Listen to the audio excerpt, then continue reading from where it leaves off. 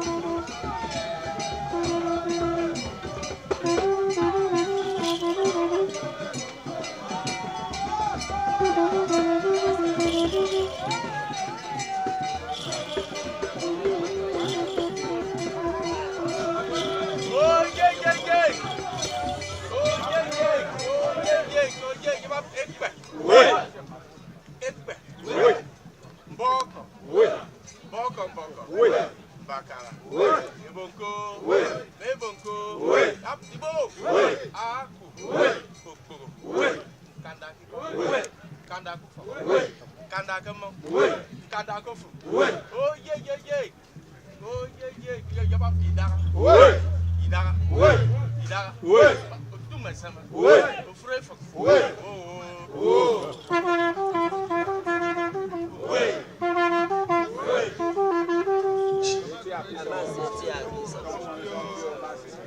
Very distinguished personages of the period of announcing the arrival of His Eminence the Director Columbus to the King. Patrons, advisors, distinguished Efik sons and daughters, distinguished invitees, ladies and gentlemen. On behalf of the Obon of Calabar Executive Forum, the executive arm and advisory arm of the Palace of the Obon of Calabar, I welcome all of you to this epoch occasion.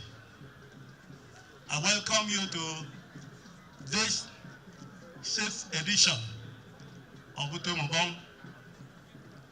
For those who are not familiar with Utomobong, it is good to inform them that it creates opportunity for all the Efiks within the 12 ancestral clans to come and pay traditional homage to the Obon of Calabar.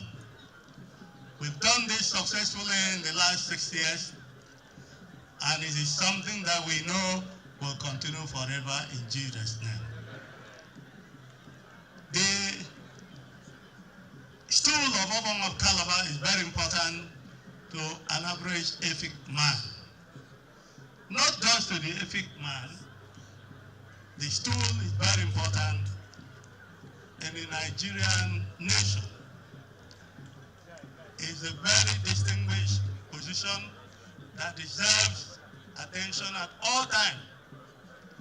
And we're thankful to God that we are here today to do the annual homage. You realize that 2 days ago, we had opportunity to effect what we in Efik call mobile boat regatta. It turned out to be a very successful event. Those of you who were not there, please make it possible for you to be there next time, because it turned out to be more successful than what we expected. The attendance was great and performance was great. Ladies and gentlemen, today, in addition to bringing in the boat regatta into the event, we will seize the opportunity also for the Obon of Calabar to award scholarship to distinguished Efik sons and daughters in tertiary institutions. We've done this in the past. We've done this in the last 2-3 years. But today we decided that we should bring it to coincide with the Utomobong. That is why during that occasion, at that point, we will read out the names of those who are beneficiaries of the Obon of Calabar Scholarship Award. The Obon of Calabar is interested in the development, particularly the human capital of our people. And that is why it has become necessary to invest so dearly in that sector. We believe that the people we are financing, or we are educating, in the next 5 years, we would have results. We already have it on record that some of them have come out very well in very high grades. And we're happy. We think and we thank the Obon of Calabar for that initiative.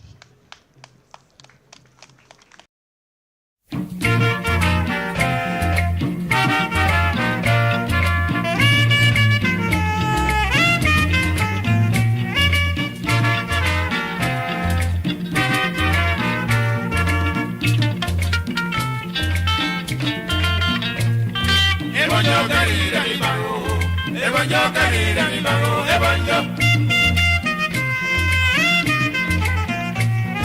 Ebonjo karire mi baro, ebonjo karire mi baro, ebonjo.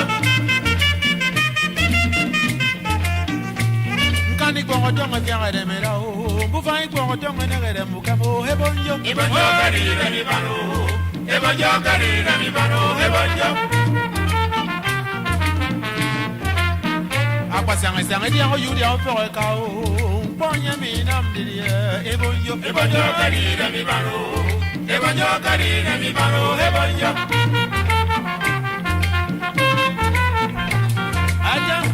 Yene kao ima mi poko mi koire mu ebonjo Ebonjo karire mi baro, ebonjo karire mi baro, ebonjo.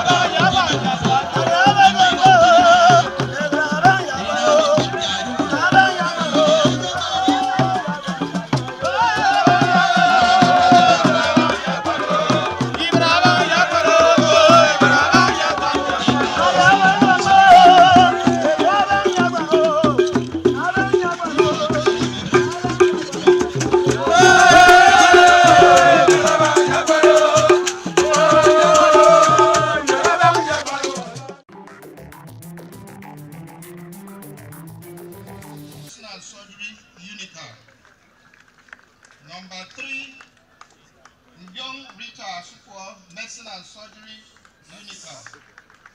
Number 4, Ofyong Edem Essien, Dentistry, Unical. Number 5, Ewa Ensho King Edem, Geophysics, Unical. Number 6,